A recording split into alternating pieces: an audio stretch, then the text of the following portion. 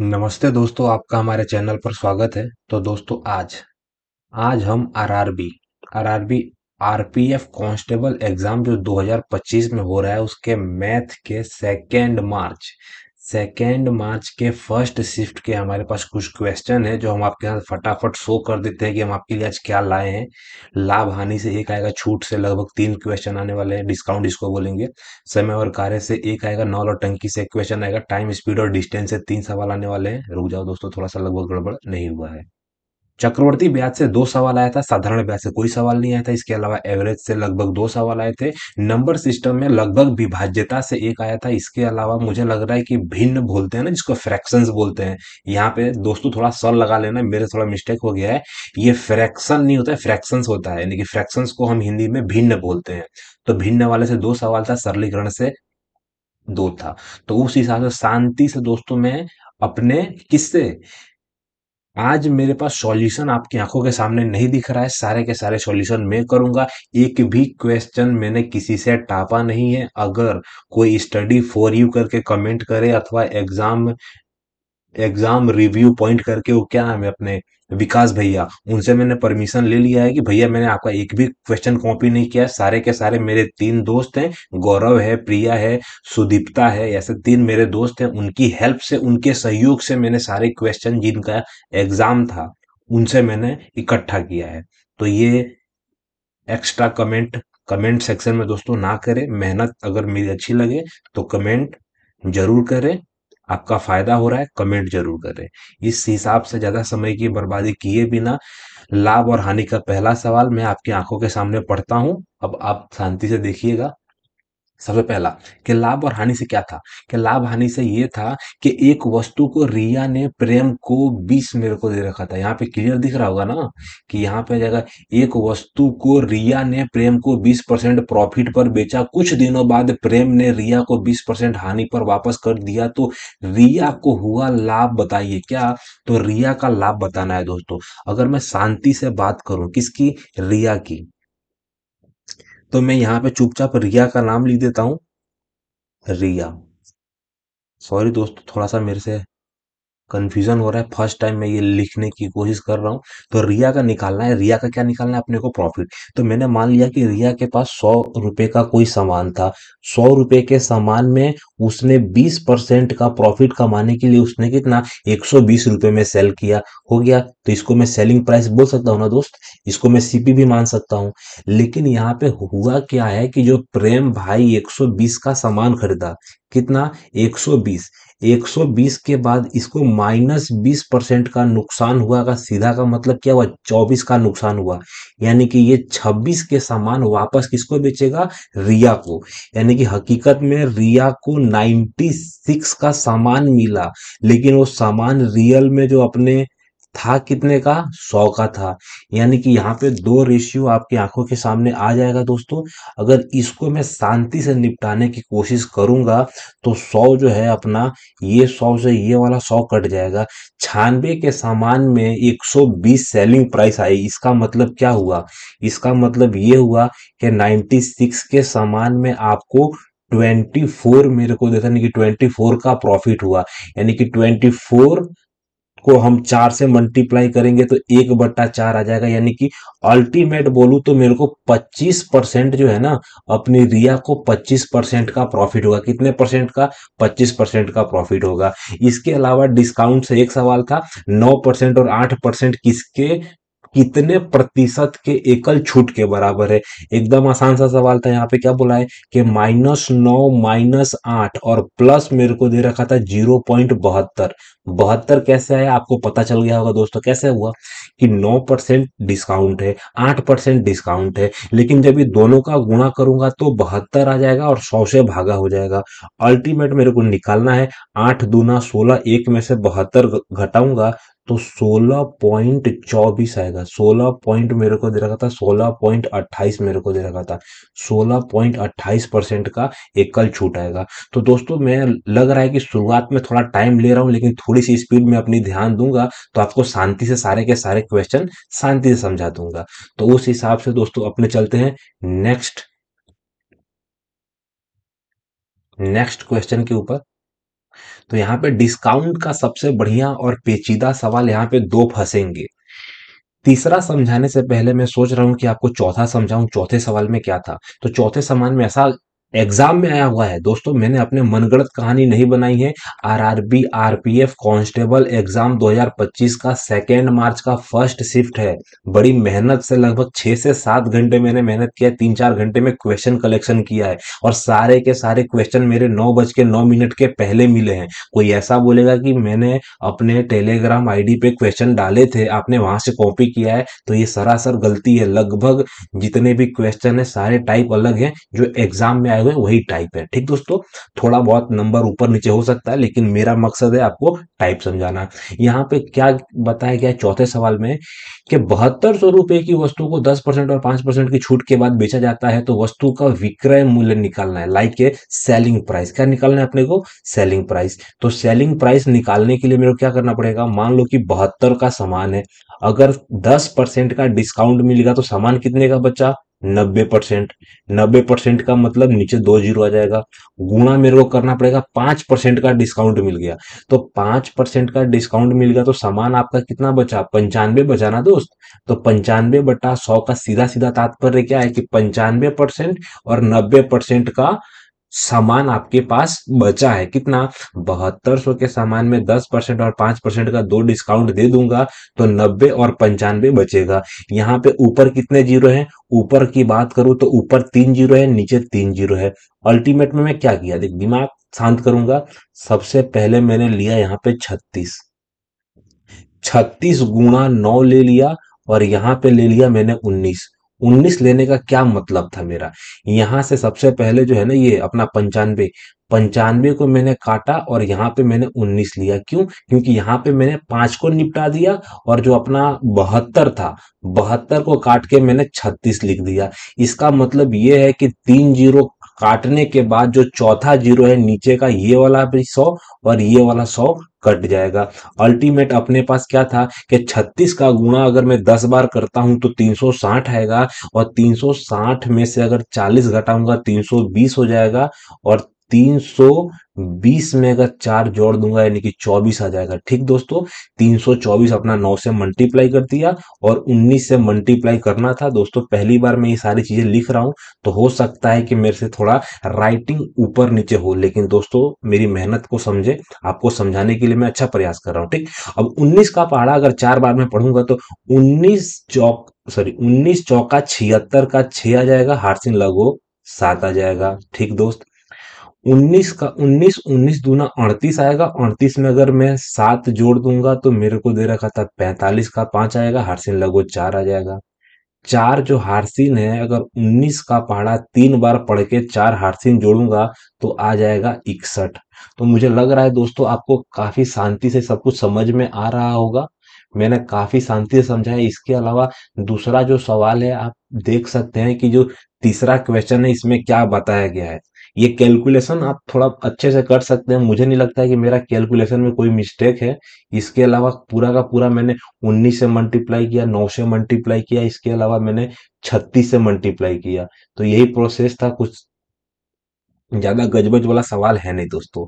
अगर मैं बात करूं तीसरे सवाल में, तो तीसरे सवाल में क्या दिया था कि एक पुस्तक का मुद्रित मुद्रित आएगा, मुद्रित मूल्य जो है ना 3800 है। एक पुस्तक का जगह विक्रेता इस पर जो है ना 10% की छूट देता है, यदि वह कभी भी 20% लाभ कमाता है। अच्छा, वह अभी भी 20% लाभ कमाता है, तो वस्तु का खरीद मूल्य। सबसे पहले मैंने अपने टेलीग्राम पे लिखा था क्या, कि खरीद मूल्य, विक्रय मूल्य, शब्दों का नॉलेज होना चाहिए दोस्त। सीधी बात है, शांति से समझाने की कोशिश करता हूं कि कोई भी वस्तु पे डिस्काउंट लगता है ना, कोई भी वस्तु होती है सीपी, उसको सबसे पहले अपने मार्कअप करते हैं, मार्कअप के बाद अपने उसको सेल कर देते हैं। ठीक, यहाँ पे जो है ना मार्कअप प्राइस का मतलब होता है मुद्रित मूल्य। मुद्रित मूल्य मेरे को दे रखा था कितना? 3800 रुपया। कितना रुपया? 3800 रुपया। सॉरी दोस्तों, थोड़ा सा मिस्टेक हो गया। आप ये 8 को अच्छे से समझ लीजिए, ठीक। 3800 रुपया। 3800 रुपये में अगर मैं 10% का डिस्काउंट दूंगा, कितने का? 10%, यानी कि -10% का डिस्काउंट दूंगा। इसका मतलब क्या है कि अगर 10% की वैल्यू निकालूंगा तो कितना हो जाएगा? 380। 380 का मतलब हुआ कि 3800 में मैंने 400 घटाया तो कितना बचेगा? 3400 बचेगा। 3400 में मेरे को 20 ऐड इसीलिए करना पड़ा क्योंकि मेरे को सिर्फ 320 घटाना है। यानी कि सेलिंग प्राइस आपकी आ जाएगी 3420। निकालना क्या है? निकालना अपने को खरीद मूल्य है। खरीद मूल्य का सीधा तात्पर्य क्या होता है? Cost price. कॉस्ट प्राइस निकालने का सीधा ये मतलब होता है कि अभी भी भाई साहब को 20% का प्रॉफिट हो रहा है। 20% का फ्रैक्शन वैल्यू आपको पता है क्या है? 20% का फ्रैक्शन वैल्यू होता है 120/100। इसको अगर मैं काट के लिखूं तो ये हो जाता है 6, ये हो जाता है 5। अगर 6 की वैल्यू ये दिया गया है, कितना दिया गया है? 6 की वैल्यू आ जाएगा 3420 दिया गया है। अगर मल्टीप्लाई करूं तो 6 पंचे 30 आ जाएगा, 6 सत्ते 42 आ जाएगा, ठीक। तो वैसे ही मेरा जो है ना 5 यूनिट, 5 यूनिट ही मेरा जो यहाँ पे आपको दिख रहा होगा, जो हमारा कॉस्ट प्राइस है, कॉस्ट प्राइस की जो वैल्यू है कितनी है? 5 है। यानी कि ये जो 5 है ना, 5 यूनिट में जैसे हम 570 का मल्टीप्लाई करेंगे, 570 का मल्टीप्लाई करने के लिए जीरो आ जाएगा, 5 सत्ते 35 का, 5 8 से लगो 3 आएगा, 25 आएगा, 38 मेरे को दे रखा था। तो 38 मेरे को दे रखा था, 3850। 3850 का मतलब 3850 हमारा खरीद मूल्य यानी कि हमारा सीपी हो जाएगा। तो दोस्तों काफी शांति से मैंने समझाने की कोशिश की है कि एग्जाम में आपका क्या प्रोसेस रहना चाहिए, किस हिसाब से आप एग्जाम में शांति से आंसर ला सकते हैं। इसके अलावा समय और कार्य और नल और टंकी से दो सवाल थे, मतलब सिंगल सिंगल सवाल बोल सकते हैं अपने, क्योंकि नल और टंकी एक अलग ही टॉपिक है। समझ में आया दोस्तों आपको? तो उस हिसाब से यदि ए और बी किसी कार्य को 36 और 48 दिनों में कर सकते हैं, यदि ए और बी 3 दिनों तक साथ में कार्य करते हैं और 3 दिन बाद एक कार्य छोड़ देता है तो शेष कार्य बी कितने दिनों में करेगा? टाइम एंड वर्क में कभी भी एक बात दिमाग में रखने का, एलसीएम निकालना होता है। यहाँ पे 36 था, यहाँ पे 48 था, ए और बी था। इन लोगों का एलसीएम निकालूंगा तो मैंने क्या किया? 12। तो 12 गुणिया 3 यानी कि 12, 12 तियां 36 और 12 चौका 48। कोई शक नहीं है। इसका मतलब जो हमारा ए भाई साहब है ना, ए को सबसे पहले लिख दो, नकर तुम कंफ्यूजन में आके ऊपर नीचे नहीं कर दोगे। ए की इफिशियंसी कितनी है? ए की इफिशियंसी है 4। अब बी की इफिशियंसी कितनी है? तो बी की इफिशियंसी आ जाएगी 3। यानी कि हकीकत में 36 जो है ना, 36 में 4 से गुणा करूंगा तब जाके हमारा जो टोटल वर्क है ना, कितना है हमारा टोटल वर्क? हमारा टोटल वर्क है 12 गुणा 12 144। अब हकीकत में क्या है कि ए प्लस जो बी है ना हमारे, ए प्लस बी ने 3 दिन तक काम किया। यानी कि हकीकत में ए प्लस बी 7 यूनिट के साथ, कितना? 7 यूनिट के साथ, 7 इफिशियंसी के साथ 3 दिन काम करेंगे। यानी कि कितना काम कर देंगे? 21 काम कर देंगे। तो बचा कितना काम है? तो बचा काम जो है हमारा, बचा काम हमारा कितना आ जाएगा? तो हमारा काम बचेगा 123। लेकिन ये 123 काम करेगा कौन? 123 काम ए ने काम छोड़ दिया है। तो ये जो हमारा बी भाई साहब है 3 इफिशियंसी वाला, ये 3 इफिशियंसी के साथ ये कार्य 41 दिनों में कर देगा। ये हमारा आंसर आ जाएगा। मैं काफी शांति से समझा रहा हूं कि भैया इफिशियंसी निकाला, टोटल वर्क में से 3 दिन का काम घटा दिया और बचा हुआ काम हमारा बी कर देगा, ठीक। नल और पाइप और टंकी में कोई बड़ी मसला नहीं रहता। मान लेते हैं कि ये कोई मतलब टंकी है, यहाँ से एक पानी निकालता है, यहाँ से दो जो नल होते हैं ना, मान लेते हैं एक नल यहाँ पे है, एक नल यहाँ पे है। तो ऐसा कुछ कंडीशन होता है नल और टंकी वाले में। मैं शांति से समझाता हूँ कि सबसे पहले एक 18 मिनट वाला है, वो टंकी को भरता है। सबसे पहले अगर मैं सवाल की बात करूं, सवाल पढ़ना जरूरी है। देखो यहाँ पे क्या लिखा है कि एक पाइप मेरे को दे रखा था 18 मिनट में टंकी भर सकता है। यहाँ पे की पॉइंट है कि भर सकता है। दूसरा पाइप 9 मिनट में टंकी क्या आएगा? भर सकता है। सबसे बड़ी बात, भर सकता है। और एक तीसरा पाइप 19 मिनट में टंकी खाली कर सकता है। खाली करने वाले को अपने को नेगेटिव मानना होता है, ठीक। तो 18 वाला जो है वो प्लस मान लिया, क्यों? क्योंकि वो भरने का काम कर रहा है। 9 वाला भी भरने का काम कर रहा है और 12 वाला खाली करने का काम कर रहा है।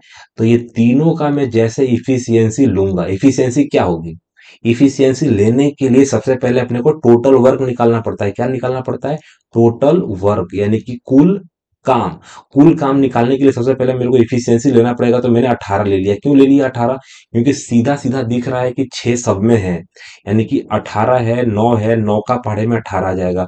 अब ठीक, अब 18 के पहाड़े में अब 12 मेरा रह गया है। 12 एलसीएम लेने के लिए 18 का पूरा पहाड़ा नहीं कटेगा, इसलिए मेरे को 2 से मल्टीप्लाई करेगा। टोटल वर्क आ जाएगा अपना 36। 12 का इफिशियंसी लेने के लिए यहाँ पे 4 करना पड़ेगा। 12 यानी कि 12 चौके 36 आएगा। सॉरी सॉरी, 12 तिया 36 आएगा। 9, 9 चौका जो है ना, 9 चौका 36 आ जाएगा, और 18 दूना 36 आ जाएगा। यानी कि जो पहली टंकी है उसकी इफिशियंसी 2 है, दूसरी टंकी की इफिशियंसी 4 है, और तीसरा सॉरी नल जो है ना, पहले नल की इफिशियंसी 2 है, दूसरे नल की इफिशियंसी 4 है, तीसरे नल की इफिशियंसी -3 है दोस्तों, -3। ठीक, अब यहाँ पे बोला क्या गया है, यहाँ पे क्लियर कट लिखा गया है कि तीनों पाइपों को क्या जाएगा, तीनों पाइपों को एक साथ खोला जाए तो टंकी कितने दिनों में भर जाएगी, भरने का काम हुआ है। यानी कि हकीकत में आपके पास कितना, टोटल 36 काम है।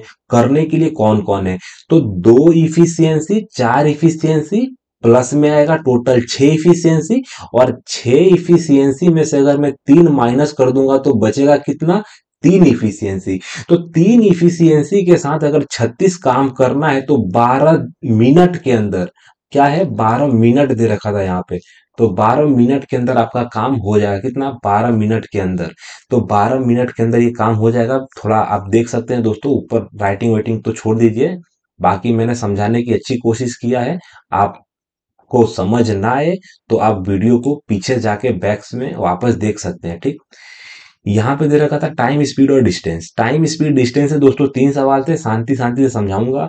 120 मीटर लंबी रेलगाड़ी विपरीत दिशा में 8.5, 8 पॉइंट मेरे को दे रखा था, क्या जाएगा, 8.5 मीटर, 8.5 मीटर गति से आ रहे एक व्यक्ति को 12 सेकंड में पार कर सकती है, तो ट्रेन की गति बताइए। ठीक दोस्तों, ट्रेन की गति विपरीत दिशा, यानी कि यहाँ पे सापेक्ष गति लगेगी। सबसे पहली, किसी भी व्यक्ति को अगर ट्रेन पार करेगी तो अपनी लंबाई का एल, क्या हो गया दोस्तों, यहाँ पे थोड़ा लाइट मेरा कम पड़ गया क्या?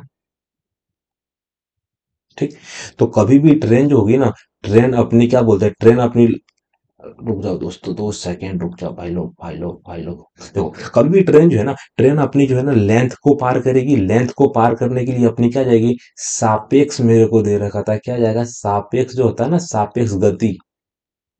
सापेक्ष गति के हिसाब से कितना टाइम ले रही है, 12 सेकेंड, यानी कि टाइम आएगा, यानी कि 12 सेकेंड टाइम ले रही है। लेंथ उसका कितना है, 120, यानी कि 120 मीटर को जैसे मैं 12 में काटूंगा, यहाँ पे लेंथ अपने को दे रखा था 120, 120 में अगर मैं सीधा बात करूं तो 12 से 12 काटूंगा, जो सापेक्ष गति आएगी ना दोस्तों अपनी, क्या जाएगी, सापेक्ष गति की बात हो रही है। सापेक्ष गति आ जाएगी 12, कितनी, 12 मीटर पर सेकेंड आ जाएगा। मीटर पर सेकेंड को मेरे को क्रॉस करना पड़ेगा kilometre per hour, sorry sorry दोस्त, 10 आएगा ना, हाँ 10 आएगा। तो 10 मीटर पर सेकंड को किलोमीटर पर आवर में बदलने के लिए 18/5 से मेरे को मल्टीप्लाई करना, 5 से 10 कट जाएगा, ऊपर 2 आ जाएगा, 2 का मतलब हो जाएगा 36। तो 36 किलोमीटर पर आवर क्या आ जाएगा, 36 किलोमीटर पर आवर सापेक्ष गति आ जाएगी। सापेक्ष गति में यहाँ पे क्लियर कट दिया है कि विपरीत दिशा। विपरीत दिशा का मतलब क्या है कि जो व्यक्ति है ना, व्यक्ति यहाँ पे है ना, तो व्यक्ति की जो गति है, व्यक्ति की गति और ट्रेन की गति कभी भी जुड़ जाएगी। इसका मतलब क्या है कि 8.5 अगर व्यक्ति की गति है तो जो हमारी ट्रेन की गति होगी ना, ये दोनों का सम ही तो 36 है। तो जो अपनी ट्रेन की चाल थी, ट्रेन की चाल आ जाएगी कितनी, 27.5 किलोमीटर पर आवर आएगा, क्या, 27.5 किलोमीटर पर आवर। तो दोस्तों काफी शांति से मैंने समझाने की कोशिश की है। अभी मेरे को इरेज करना पड़ा क्योंकि मेरे को अभी कंडीशन समझ में नहीं आ रहा है कि मेरे को कहाँ पे लिखना है, क्योंकि सब कुछ मेरे को दिखता नहीं है। समझ में आया दोस्तों? इसके अलावा एक और सवाल है कि एक कार एक कार 48 किलोमीटर पर आवर की गति से यानी कि 10 घंटे में एक निश्चित दूरी तय कर सकती है। यदि दूरी 4 घंटे में तय करनी हो तो कार की गति कितनी बढ़ानी चाहिए? ठीक, एकदम आसान सा सवाल है कि अगर मान लेता हूं कि जो स्पीड है ना, अगर मान लेता हूं कि 48 kilometre per hour, 48 kilometre per hour की गति से अगर कोई ट्रेन अगर 10 घंटे चलती है तो टोटल डिस्टेंस कितना मतलब तय करेगी? तो डिस्टेंस हो जाएगा 480। डिस्टेंस का फॉर्मूला तो आपको पता ही होगा ना दोस्तों। डिस्टेंस का फॉर्मूला क्या है? डिस्टेंस निकालने के लिए स्पीड और टाइम का मल्टीप्लाई करना पड़ता है, तो टोटल दूरी आ जाएगी 480। 480 दूरी को अगर आपको 4 घंटे में जाना है, इसका मतलब क्या जाएगा? आपकी स्पीड कितनी होनी चाहिए? तो आपकी स्पीड होनी चाहिए 120 किलोमीटर आ जाएगा, 120 किलोमीटर पर आवर। पहले आपकी स्पीड कितनी थी? तो पहले आपकी स्पीड थी कितनी? पहले आपकी स्पीड थी 48 किलोमीटर पर आवर। अब आपकी स्पीड कितनी बढ़ गई है? तो हकीकत में 48 से मेरे को सीधा सीधा दे रखा था कि 120 किलोमीटर पर आवर जाने के लिए मेरी स्पीड को मैंने कितना बढ़ा दिया है? तो मुझे दिख रहा है 72 किलोमीटर पर आवर मैंने प्लस कर दिया है। तो यही तो पूछा गया है कि कितनी की बढ़ोतरी हुई है। तो 48 के समान में अगर 72 की बढ़ोतरी हुई है तो 12 से काटूंगा तो 12 छंग 72 आ जाएगा। 12 छंग 72 आ जाएगा और 12 चौके 48 आ जाएगा। इसका मतलब है 4 के समान में प्लस 2 ज्यादा का मतलब हो जाता है 150%। आपका आंसर आ जाएगा कि 150% की बढ़ोतरी हुई है। कितने की बढ़ोतरी हुई है? 150% की बढ़ोतरी हुई है। तो दोस्तों कैलकुलेशन में मेरी कोई मिस्टेक नहीं है, बस थोड़ा राइटिंग का प्रॉब्लम है। शुरुआत में थोड़ा बहुत होगा, मैं प्रैक्टिस करूंगा कि आपको अच्छे से अच्छा प्रोवाइड करा सकूं स्टडी मटेरियल। ठीक दोस्तों, आप चाहें तो स्पीड अपनी इंक्रीज कर सकते हैं। स्पीड का मतलब हो जाता है कि डबल एक्स पे भी रख सकते हैं आप। टाइम स्पीड और डिस्टेंस एक ऐसा भी था कि एक ट्रेन एक सिग्नल को पार करने में जो है ना 34 सेकंड का समय लेती है। 443 मीटर लंबे पुल के एक छोर पर है। यदि ट्रेन को पुल पार करने में 77 सेकंड का समय लगाता है तो ट्रेन की लंबाई ज्ञात करिए। ठीक दोस्तों, सबसे पहले इसमें दो सवाल दिया गया है। पहला सवाल क्या है कि सिग्नल को पार करे ना, यानी उसकी अपनी लंबाई की जाएगी ना। मैं मान लेता हूं कि एक ट्रेन की लंबाई है एल। ठीक दोस्तों, मैंने क्या किया, माना एक ट्रेन है और ट्रेन की लंबाई कितनी है? एल। तो ट्रेन की लंबाई एल है। ये क्या हो जा रहा है यार?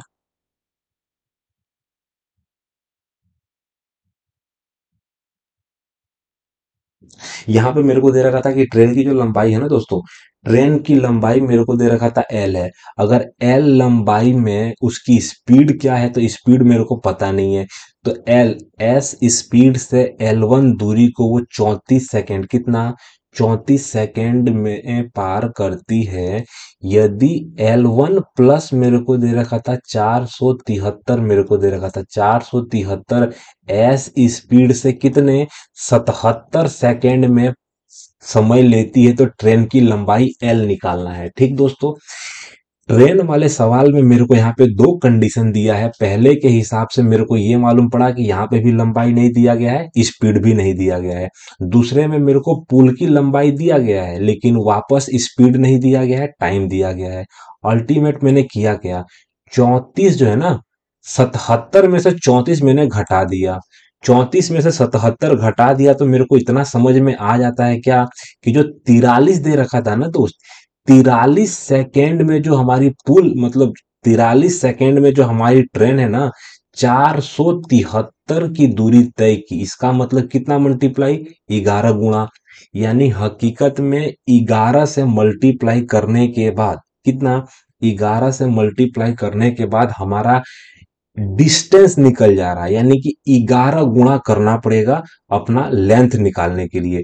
तो हकीकत में अपने जो कितना, यहाँ पे 11 से मल्टीप्लाई करते हैं।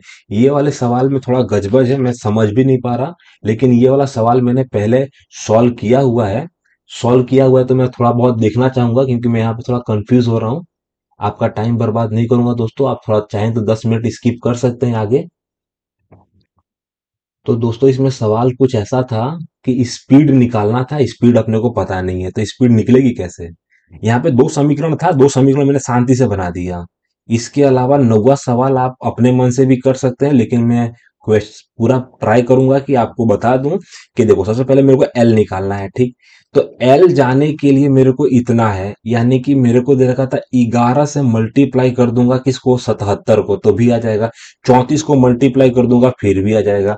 यानी कि जो 34 है ना दोस्त, मेरे को इतना मालूम पड़ गया है कि 43 सेकेंड के अंदर जो है ना, 43 सेकेंड, यहाँ पे क्या है कि 43 सेकेंड यहाँ पे था दोस्त, थोड़ा सा कंफ्यूज हो गया था कि 43 सेकेंड के अंदर अपनी जो ट्रेन है 473 किलोमीटर चली। तो 34 किलोमीटर की स्पीड से, सॉरी, 34 सेकेंड में मल्टीप्लाई 11 करना पड़ेगा, यानी कि 44 का 4 आएगा, 33 आएगा, 37 मेरे को दे रखा था। ये जो है हमारी ट्रेन की लंबाई एल हो जाएगी, यानी कि 374। सवाल को मैं वापस समझाता हूं। ये दोस्तों 2018 आरपीएफ का सवाल है। इसमें ऐसा दिया गया था कि एक ट्रेन सिग्नल को पार करेगी, यानी अपनी दूरी को ही पार करेगी, लेकिन जब एक पुल को पार करेगी तो अपनी लंबाई के साथ साथ पुल की लंबाई भी पार करेगी, 473। तो सेकंड कितना ज्यादा ले रही है, तो हकीकत में सेकंड कितना ज्यादा ले रही है, तो 77 माइनस 34 करेंगे तो आ जाएगा आंसर 43। 43 सेकेंड में जो है ना, 43 सेकेंड में जो ट्रेन 473 मीटर जाती है, तो सेम 34 सेकेंड के अंदर गुणा हमको 11 करना पड़ा, तो हमको 374 हमारा डिस्टेंस मिल गया। तो दोस्तों सॉरी, मुझे माफ करिए, मुझे लग रहा है कि मैं आपका ज्यादा टाइम ले रहा हूं, लेकिन कोशिश कर रहा हूं कि जल्द से जल्द आपको अच्छे से समझा के सारे टाइप समझा पाऊं जो एग्जाम में आ रहे हैं। चक्रवर्ती ब्याज से 2 सवाल था, साधारण ब्याज से कोई सवाल नहीं था। इसमें क्या दे रखा था कि 5% प्रतिवर्ष की दर से 2 वर्षों में, यानी कि 64,000 का चक्रवर्ती ब्याज कितना होगा। यानी कि हकीकत में एकदम आसान सा सवाल था चक्रवर्ती ब्याज वाला।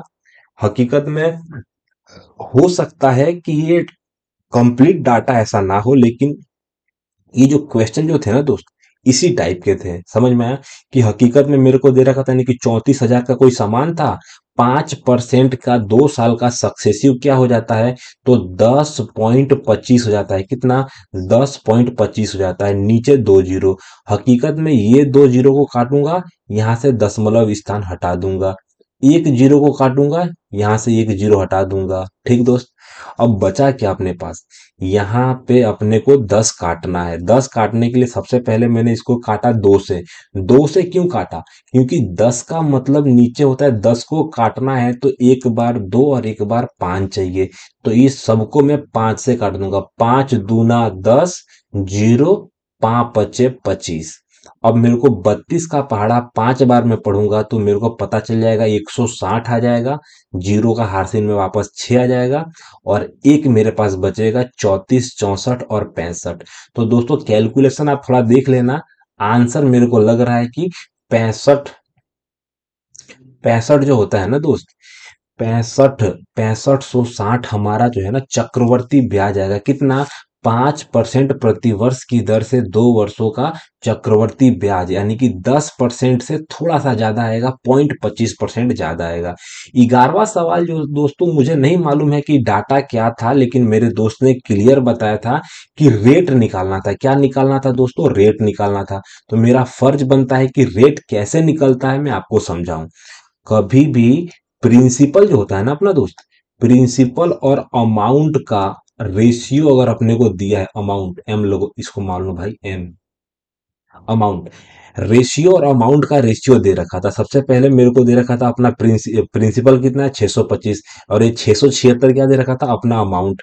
हकीकत में जितने साल का ब्याज पूछे, जितने साल का चक्रवर्ती ब्याज पूछे, उतना 1/√2 ले लो। अगर 3 साल का पूछे तो 3 ले लो। हकीकत में मैंने क्या किया, रेशियो लिया। रेशियो किसका लिया, अमाउंट का और प्रिंसिपल का। 1/2 का मतलब मुझे क्लियर पता है कि 625 जो होता है ना, 625 अपना 25 का अंडर रूट होता है। ठीक, 600, सॉरी, 676 जो है ना, 676 में वो क्लियर पता है कि 26 का वर्ग होता है। यानी कि 25 के सामान में 1 रुपए का ब्याज होगा ना दोस्त, 25 के सामान में 1 रुपए का ब्याज होगा, तब जाके 26 होगा। यानी कि 1/25 का मतलब हो जाता है कि 4% हमारा रेट आ जाएगा। कितना रेट हमारा आ जाएगा? 4%। तो दोस्तों ये सॉल्यूशन का एक माध्यम था। मुझे लग रहा है कि टाइम कुछ ज्यादा ही जा रहा है, फटाफट फटाफट मैं समझाने में भी आराम आराम से समझा रहा हूं, तो टाइम का कुछ पता चल नहीं रहा है। सुबह के 5 बज रहे हैं, मेरा भी शरीर रात भर में थका हारा है, नींद के मारे में दिमाग काम नहीं कर रहा है भाई, सीधी बात यही है, मैं सोया नहीं हूं अभी तक। यदि 5 संख्याओं का योग दे रखा है, शुरू की 2 संख्याओं का औसत मेरे को दे रखा था, कितना है? शुरुआत की 2 संख्याओं का औसत मेरे को दे रखा था 73। तीसरी संख्या बताया गया है 93, तो शेष 2 संख्याओं का औसत बताना है। ठीक दोस्त, सबसे पहले 5 संख्या है, तो 5 संख्या कितनी है? तो 655 है। ठीक, 655 में से शुरुआत की 2 संख्याओं का औसत कितना है दोस्त? तो 73 है। तो 73 का मतलब क्या जाएगा? 2 संख्या को घटा दूंगा तो कितना बचेगा? 146। माइनस मेरे को 93 कर दूंगा तो 3 संख्या घट गई, बची सिर्फ 2 संख्या। तो अब अल्टीमेट करना कुछ नहीं है, घटा देना है। 6 3 9 15 में से 9 गया तो लास्ट में बचेगा 6। चलो ठीक है, यहाँ पे मैं जोड़ूंगा तो यहाँ पे आ जाएगा 23। 23 का मतलब क्या आ जाता है? अगर 65 मेरे को दे रखा था, इसमें घटाना कोई बड़ी बात नहीं होती है दोस्तों, पहले तो जोड़ लेना था, लेकिन मैं जिस हिसाब से लिख रहा हूं ना, तो उसमें मेरे को कंफ्यूजन इसी चीज का है। तो 15 में से 9 घटाया, 6 बचा। यहाँ पे बचा क्या? 64। अब 64 में से मेरे को 23 घटा देना है। कितना घटा देना है दोस्तों? 64 में से 64 मेरे को दे रखा था, 64 में से 23 घटा दूंगा तो मेरे को दे रखा था 41 आ जाएगा। दोस्तों मुझे लग रहा है कि मेरा डाटा ठीक ही है, और 2 संख्याओं का औसत लिखना है, इसलिए मेरे को 2 से भागा देना पड़ेगा, यानी कि 208 जो है ना, बची 2 संख्याओं का एवरेज आ जाएगा। कितना? 2 संख्याओं का जो एवरेज आएगा ना दोस्तों, 655 माइनस 146 माइनस 93, 3 संख्या माइनस हो गई, बची 2 संख्या है। बची 2 संख्या में ज्यादा कंफ्यूजन वाला बात तो था नहीं।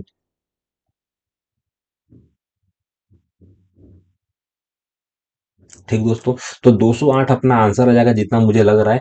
एक और सवाल था एवरेज से, कि विषम संख्याओं का औसत बताना है।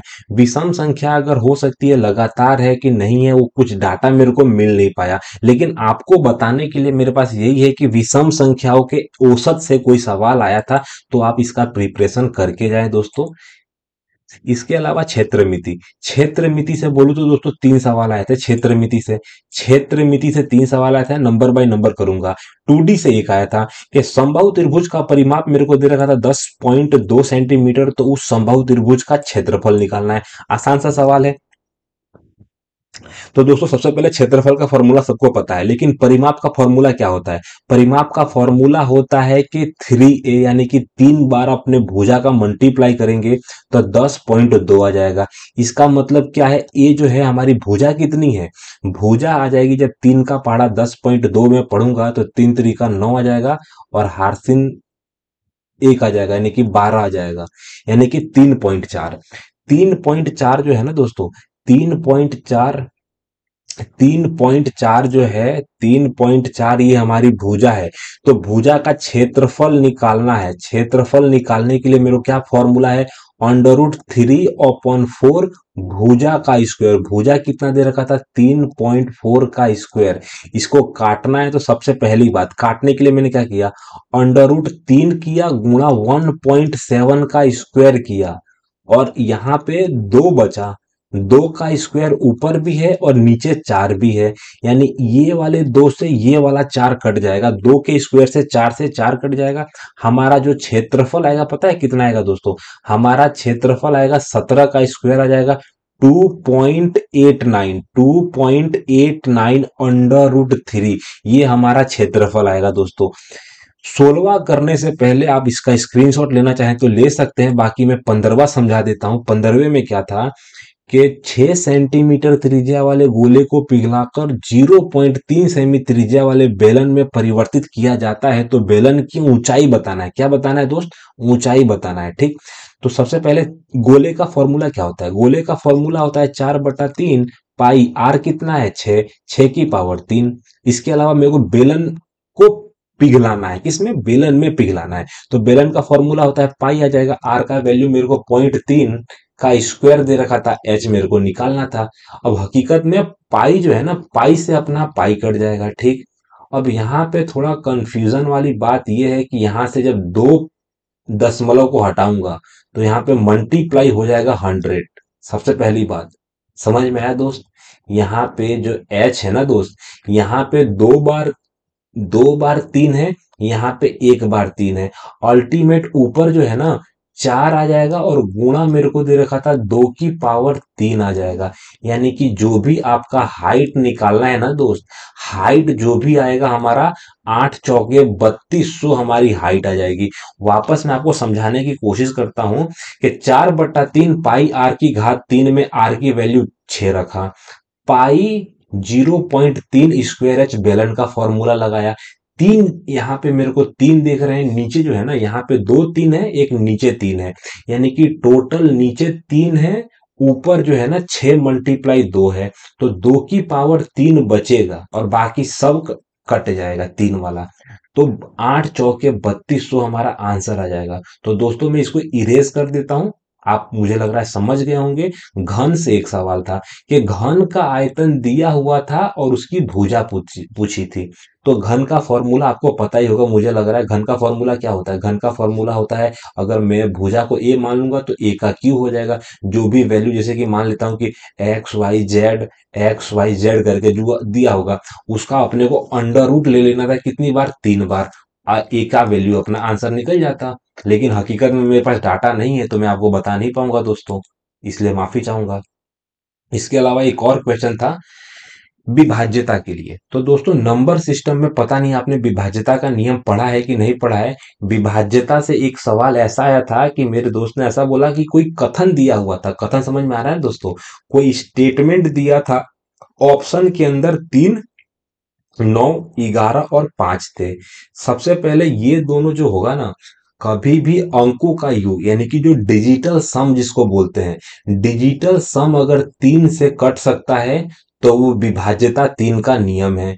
डिजिटल सम अगर 9 से कट सकता है तो वो 9 का मल्टीपल है। 11 का मल्टीपल चेक करने के लिए अथवा विभाज्यता का नियम चेक करने के लिए सम स्थान और विषम स्थान, क्या सम और विषम स्थान का जो अंतर है ना दोस्तों, वो या तो 0 होना चाहिए या 11 का मल्टीपल होना चाहिए। कभी भी 5 से विभाज्यता से कटने के लिए इकाई अंक जो होता है ना दोस्त, इकाई अंक हमेशा 5 होना चाहिए। तो दोस्तों जो ऑप्शन में चारों थे कि 3, 9, 11, 5, 11 का सबसे इंपॉर्टेंट रहता है। आपको विभाज्यता का नियम पता होना चाहिए। सम स्थान और विषम स्थान का अंतर या तो 0 होना चाहिए या तो 11 होना चाहिए।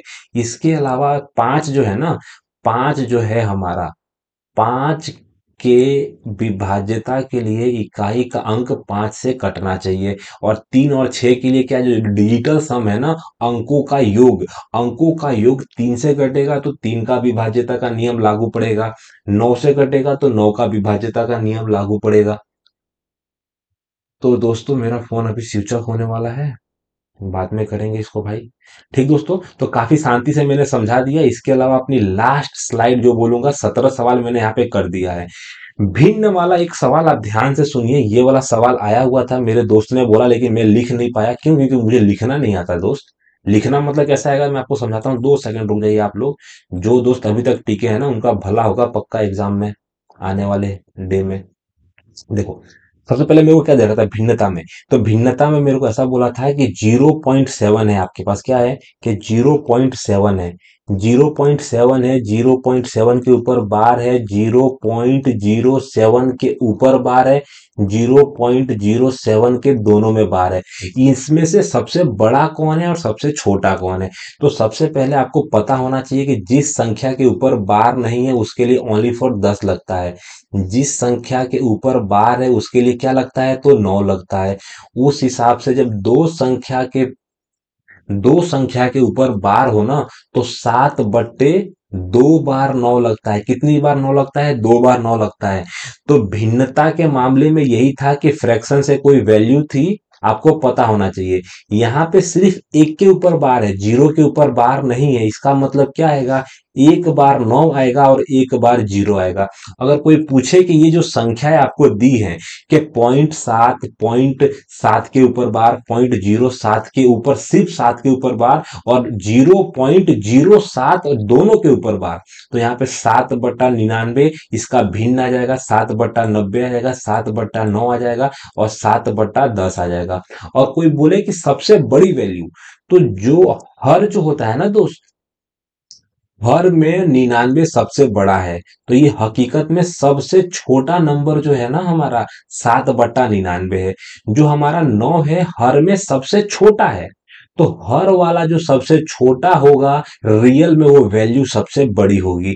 तो ऐसे ही दो सवाल थे, मैंने आपको एक सवाल हूबहू बता दिया, दूसरा आप अपने आप से समझ सकते हैं। सरलीकरण में बॉड मास होता है। बॉड मास तो मैंने कई बार आपको समझाया है दोस्तों कि BOD, बी का मतलब ब्रैकेट, ऑफ का मतलब ऑफ होता है, डी का मतलब डिवाइड होता है, MAS मास। मास में मतलब M मतलब गुणा यानी कि मल्टीपल, A यानी कि एडिशन, S मतलब सब्सट्रैक्शन। तो कोई भी सवाल है जोड़ घटाव गुणा भाग से दोस्तों आप कर सकते हैं। तो दोस्तों काफी शांति से मैंने सेकेंड मार्च के फर्स्ट शिफ्ट के लगभग 21 क्वेश्चन, कितने, 21 क्वेश्चन मैंने आपको शांति से बताए। 17वां सवाल ये था, दो सवाल बॉडमास से था, और भिन्न जो होता है ना फ्रैक्शन, अगर मैं आपको भिन्न से थोड़ा और बताऊं तो जैसे कि भिन्न क्या होता है, भिन्न का मतलब A/B दिया होगा, C/D दिया होगा, E/F दिया होगा, और पूछा होगा इनमें से सबसे बड़ा कौन सा है, सबसे छोटा कौन सा है। तो सबसे बेसिक तरीका क्या है कि भाई B का भागा दे दो, इसमें D का भागा दे दो, इसमें F का भागा दे दो। तो ऐसे करके आप अलग अलग मेथड से भिन्न का निकाल सकते हैं। भिन्न में कोई खास डाटा हार्ड नहीं आ रहा है, लेकिन इजी आ रहा है, लेकिन फिर भी आपको सीखना पड़ेगा। तो दोस्तों ये रही आज मेरी मेहनत। तो दोस्तों जय हिंद जय भारत। मैं कोशिश करूंगा, क्या कोशिश करूंगा, कि थर्ड शिफ्ट जो हुआ है 2 मार्च का, वो भी आपके साथ साझा करूं। तो दोस्तों जय हिंद जय भारत, मिलते हैं अगले वीडियो में।